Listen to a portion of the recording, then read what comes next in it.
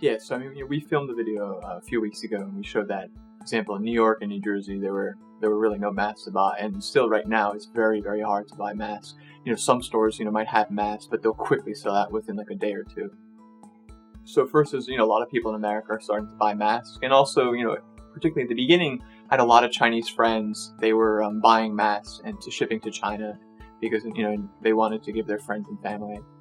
So we went to New Jersey that day. I know New York. I knew New York would not have masks, so we went to New Jersey thinking that New Jersey might have some masks. And we went to a bunch of stores and drove a lot, and there were no masks.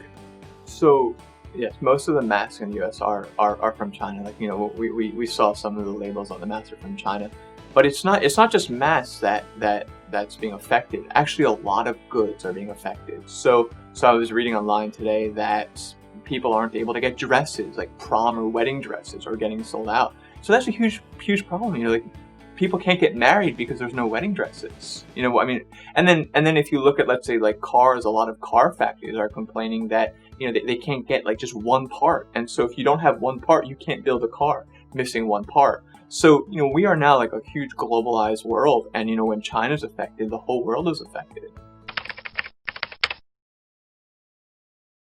Yeah, I think so. The first thing that I noticed is that, again, I had a lot of Chinese friends. Like right away, they really wanted to find how they could help. I mean, they're in America.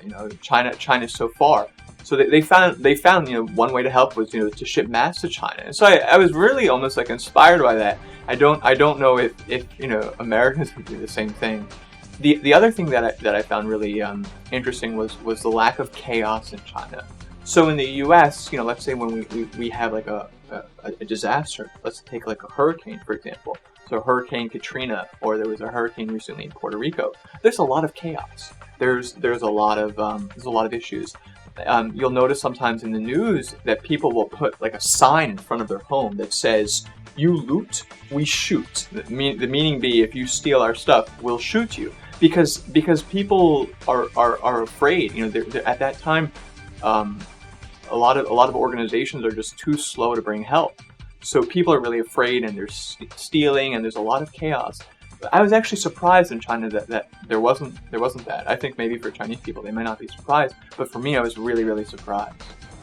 I mean, I don't know. I don't know what would really happen when the outbreak hits the U.S. I would be quite afraid. I think when I noticed in China there's a lot of organization that's sort of lacking here. For example, in the U.S. there's so many different departments. First we have the city government, the state government, the federal government, and they all have to talk to each other. There's not like a streamlined organizational hierarchy. So I think that's one problem. Let me answer the question about the Wall Street Journal. When I saw the title, I was really shocked. I was like, wow, like do they not realize what that means? And it wasn't, like if it was like a small newspaper, it would be one thing. But it's a Wall Street Journal is a very famous paper. So I was very surprised, and I was angry that they had this kind of title. So I wanted to educate, particularly Americans, that like you can't talk like this, and then this is wrong. So I filmed a video in English. I really wanted Americans in the rest of the world to see that like this sort of racism is wrong.